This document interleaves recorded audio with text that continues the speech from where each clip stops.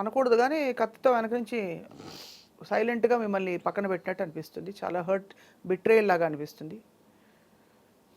చాలా అన్యాయం జరిగిందండి మీకు. It was very bad. ఆ తర్వాత మీరు పార్టీని ఎప్పుడు వదిలారు కవిత గారు? ఆయన సీఎం అయిన తర్వాత 2014లోనా? అడిగాను అట్లీస్ట్ నాకు చైర్మన్ పోస్ట్ ఇవ్వమంటే. అంటే దానికి కూడా నేను ఫిట్ అవ్వలేదు. పర్వాలేదు, ఏదో అంటారు చూడండి, ఏరు దాటిన తర్వాత తెప్ప తగలబెట్టడం, మళ్ళీ రిటర్న్ రావాలనేది కొంతమంది మర్చిపోతారు. It's okay. మీరైతే అప్పుడు బయటకొచ్చారు. మీ ఉసిరే తగులుంటుంది. పార్టీ మొత్తం ఇప్పుడు మట్టి కొట్టుకుపోయింది అనకూడదు గానీ.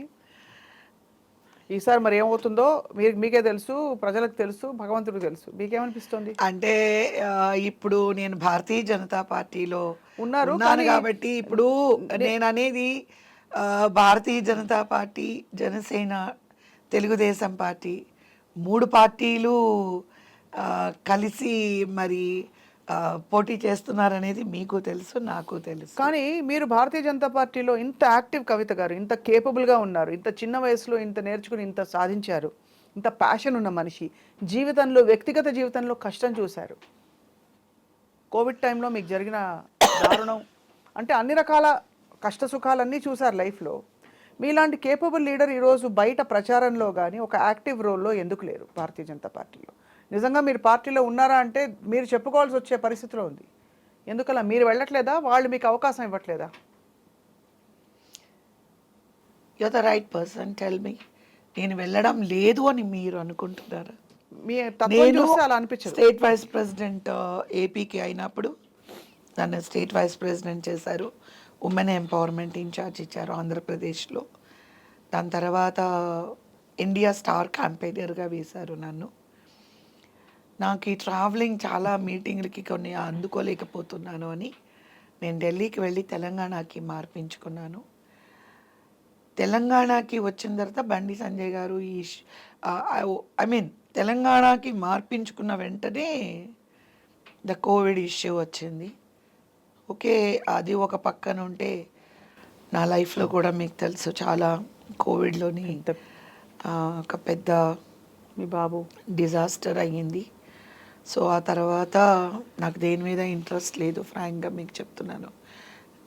భారతీయ జనతా పార్టీ అంటే రాజకీయంగా ఇంట్రెస్ట్ లేదు, దేని మీద ఇంట్రెస్ట్ లేకుండా life was going on. For 1.5 year నేను బెడ్ రిడన్ అయ్యాను. ఎందుకో తెలీదు, బండి సంజయ్ గారు పరామర్శించడానికి అందరూ వచ్చారు, టీం వచ్చారు. వచ్చినప్పుడు ఏమనుకున్నారో తెలీదు, ఆవిడ ఇలా ఉంటే ఇంకా మనం ఏదైనా పార్టీ పరంగా ఇది చేయాలి అని చెప్పి ఆ టైంలోని రాష్ట్రపతి గారి దగ్గర నుంచి కూడా వచ్చి ఏమంటారు పరామర్శించారు. కానీ యాక్టివ్గా పార్టీలో ఉండమన్నారు. లేదు నాకు వద్దు అని చెప్పాను. లేదు, మీరు ఇలా ఉండడం కంటే ప్రజల్లో ఉండండి, ప్రజల్లో ఉంటే కొంచెం మైండ్ ఇది అవుతుందని మిర్యాలు కూడా ఇన్ఛార్జ్ ఇచ్చారు. తర్వాత ఇచ్చారు. సడన్గా ఓవర్ నైట్ మేము వేరే ప్రెసిడెంట్ని మార్చారు. ఓకే, ఎవరున్నా party is a party. Kishan Reddy గారిని వెళ్ళి నేను కలిశాను. సో నా సర్వీసెస్ మరి మీరు ఎట్లా యూటిలైజ్ చేసుకుంటారు అని అడిగాను. సో ఆయన దగ్గర నుంచి నాకేమీ ఇన్ఫర్మేషన్ ఏమీ రాలేదు. సో అలా ఉన్నప్పుడు మనం ఎవరిని ఇబ్బంది పెట్టకూడదని. ఆల్రెడీ ఒకసారి పడ్డారు అందులో. చేసి ఉన్నదంతా ధార పోసేసి సిన్సియారిటీకి మనమే అన్ని విధాల అన్ని పెట్టేసి అన్ని మీరు తెలుగుదేశం చిన్నపిల్ల మనస్తత్వం పార్టీలోనే అదే. డబ్బు, మనశ్శాంతి, అన్ని కోల్పోయారు అక్కడ. టైం, ప్రెషియస్ టైం, నా energy and most of all మీరు సాయికి పాప పేరు మధు, పెద్ద పాప అవునండి, Madhu, Sai and Sravanthi. So first పాప, నెక్స్ట్ బాబా, లాస్ట్ బాబు. ముగ్గురికి మీరు కాకుండా పోయారు కదా ఆ టైం పీరియడ్ అంట. అసలు ఏం జరుగుతుందో తెలియదు. అసలు నాకు ఒక ఫ్యామిలీ ఉందా అని మా ఇంట్లో మా వారు అడిగారు, నీకు మా అందరం గుర్తున్నామా, మేము ఎవరో తెలుసా? అంత కష్టపడి చేసి ఇప్పుడు మళ్ళీ మరి బీజేపీలో చేరారు. వాట్ ఈస్ యువర్ ఫ్యూచర్ కవిత గారు? అంటే 2018లో చేరానండి. అది కూడా పెద్ద ఆయన అమిత్ షా గారు ప్రెసిడెంట్గా ఉన్నప్పుడు లేదు రండి మీకు తెలుసు మీకు జరిగిన అన్యాయం మాకు అంటే అన్నీ తెలుసుకొనే కదండి అడుగుతారు. నేనుగా వెళ్ళలేదండి. అంటే నేను మీకు చెప్పాను కదండి, ఒకటి ఎప్పుడైతే తెలుగుదేశం పార్టీలో ఇలా అయిపోయిందో ఆ తర్వాత నేను ఇంకా టోటల్గా నో రాజకీయం ఫుల్ స్టాప్ అని నేను డిసైడ్ అయిపోయాను.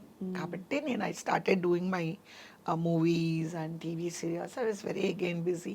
అందరూ చాలా తిట్టారు కూడా, ఇంత క్యారెక్టర్స్ రావాల్సిన కెరియర్ని వదులుకొని అంత కష్టపడి పనిచేశారు అంటే పార్టీ వాళ్ళు కూడా ఫీల్ అయ్యారు. అంటే ఈ వెన్నుపోటు అంతా డైరెక్ట్ గా బిగ్ బాసే అక్కడ. నాకెవరు తెలియదు కదండి, నాకు ఆయనే కదా. న్యాచురల్లీ అంత పని చేయించుకున్నప్పుడు మీకు ఇవ్వాల్సింది. సరే ఆయన పెట్టింది పేరని జనం అది చెప్తారు. నాకు కాదండి, తెలీదండి. నేను అనేది ఏంటంటే ఆయన నేను డైరెక్ట్ కాబట్టి నాకు ఒక పెద్ద పీట ఆయన వేసి ఉండాలి. ఎందుకు వేసి ఉండాలి అంటే మనం ఒక ఇంట్లో ఉంటామండి, మనకి నలుగురు పనివాళ్ళు ఉంటారు. ఆ నలుగురు పని వాళ్ళలో ఎవరు లాయల్, ఎవరంత కష్టపడుతున్నారో మనకి తెలుసు. వాళ్ళని మనం నెత్తిమే పెట్టుకోమా అండి? మీరు చెప్పండి. నేనైతే చేస్తాను. మా ఇంట్లో నలుగురు పనోళ్ళు ఉన్నారు, ఒక అమ్మాయి బాగా చేస్తుంది. మీ ఎగ్జాంపుల్ అర్థమైంది, కానీ మీరు పనోళ్ళు కూడా కాదు. మిమ్మల్ని అలా రమ్మని కాదు, ఆహ్వాని- నేను అర్థమైంది. అనేది ఒక పార్టీలో రమ్మనొచ్చు. రమ్మని నేను శుభ్రంగా ఒక మంచి పట్టు చీర కట్టుకొని నీట్గా రెడీ అయిపోయి అలాగ నేను ఏసీ రూమ్లో కూర్చొని మీడియా ముందు మాట్లాడేసి ఏసీ కార్లో కూర్చొని వెళ్ళిపోతే ఒక విధంగా అనుకోవచ్చు. నేను అలా కాదండి. నడుం బిగించి బాబ్లీ కాదు, ఆ వాటర్ మహారాష్ట్ర వాటర్ ఇష్యూ అయినప్పుడు ఎన్ని రాస్తా రుక్కోలు చేశానండి, ఎన్ని రాస్తా రుక్కోలు చేశాను. You know, you are in the media, you might have your people might have covered